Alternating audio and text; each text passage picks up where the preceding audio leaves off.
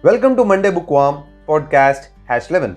Hello, this is Santhosh Nimmani. I'm an proud introvert, used to hide behind shadows, but I understood the superpowers of introversion and achieved success in my corporate and personal life. I never used to understand why and when I should read books in my life. So from this podcast, I want to help people to understand why and when you should read books. Today I am going to help you to know about the book named How to Stop Worrying and Start Living by Dale Carnegie. This is a self-help book which addresses one of the leading causes of physical illness, worry, by showing you simple and actionable techniques to eliminate it from your life. Author was born in 1888. He was one of the first published authors in self-improvement and self-development. He had written over 10 books on topics like behavioral change, habits, interpersonal skills, public speaking, and applying all of those in business context. He believed that the best way to change others is to change oneself, a principle that underpinned most of the ideas in his evergreen bestseller, How to Win Friends and Influence People. That book is also coming in our next episodes. Author delivers several tactics and backs them with case studies. Here are my 3 favorite lessons. First lesson: after you decide to do something, it is a done deal. Be happy with your decision and don't think about the other opinion. So in this first lesson which I got from this book is about author ask a question, kind of, have you ever been on the horns of the dilemma? In other words, have you ever chosen to do something but think about the other's opinion a lot? So obviously, most probably you did, because you all tend to ponder about what we missed by not choosing and what there is any time to turn back for them. It is not healthy to have second thoughts about the decisions. It can make you worry about things more, and the worrying leads you to mental and physical diseases. To resolve a worrying problem, the first thing you need to do is analyzing the facts. When you finalized or finished analyzing, you need to choose a path and should never turn back from it. Don't forget that you are already decided what to do. Therefore, grasp your decision and get ready and get rid of your anxiety about the issue. Don't waver about what you did, or don't try to retrace your steps. If you have doubts, just ignore them. Otherwise, one little doubt will grow into a big one. That ends everything. And even the ending will not be good. It would waste all your time and energy for the sake of your decision. As soon as you have chosen a path, stay on the same and never hesitate, or else your efforts for that path goes down the drain. The second lesson which I learned from this is live the moment.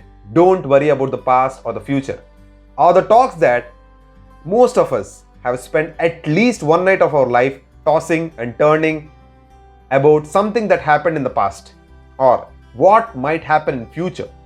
But what was the point of doing that? It is useless to worry about the past or future. Even writer Stephen Leacock explains the absurdity like this. A child speaks of his future plans by saying, when I am a big boy, he becomes a big boy and says, when I am a grown up, he becomes an adult and says, when I am married, as a married man, he says, when I can retire. Then he retires and looks back to the past. He never realizes that he missed it all, and it's too late already. If you don't want to end up like the person above, you should stop worrying about your past or future. You should live in the moment. You need to find a motivational resource to keep you at the present, such that it will limit your mind to the present day, and it will not let you come across with your past experiences or future predictions. It is simple. Whatever happened in the past will stay in the past. Whatever might happen in future might happen in the future. Surely, you should plan and prepare for the future. There is no argue in this. What really matters is that you shouldn't worry about it. Work harder and do your best in your life. It will be biggest preparation for the future. This advice has benefited a widow who was about to suicide because of her loneliness and grief. One day, she was reading an article and saw a quote at the bottom of the page. Every day is a new life to a wise man.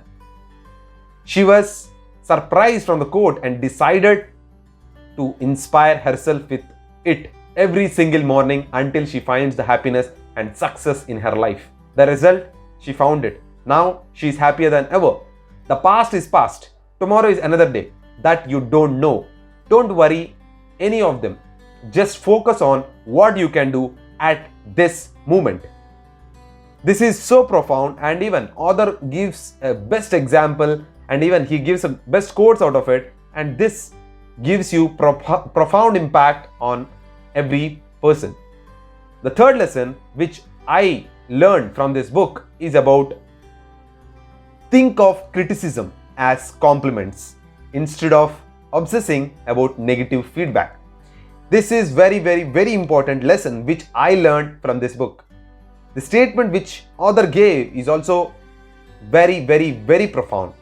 Think of criticism as compliments. This is so profound, right? So author tells that critical thinking is important. Feedback is an essential part of doing great work. However, not all criticism is constructive. You have to be careful in deciding whom to listen and whom to ignore. One thing you can do with all criticism though is take it as a compliment.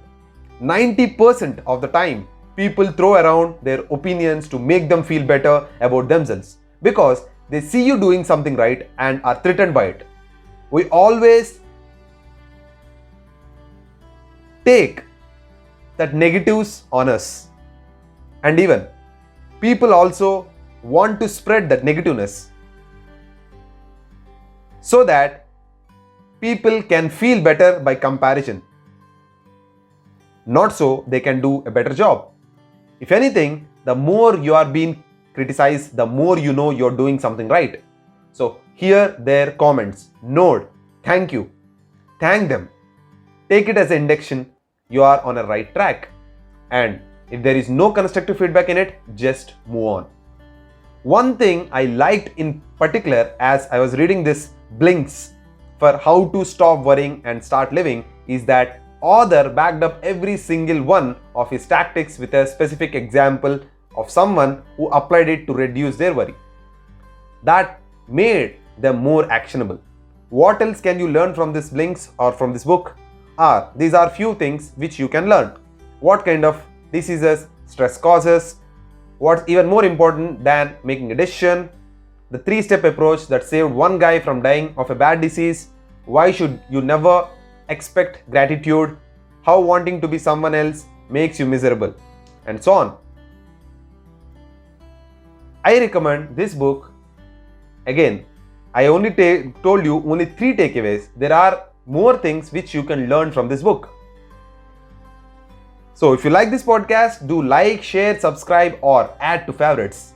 That's it for this Monday Bookworm episode. See you next week in the next episode. Till then, have a nice week.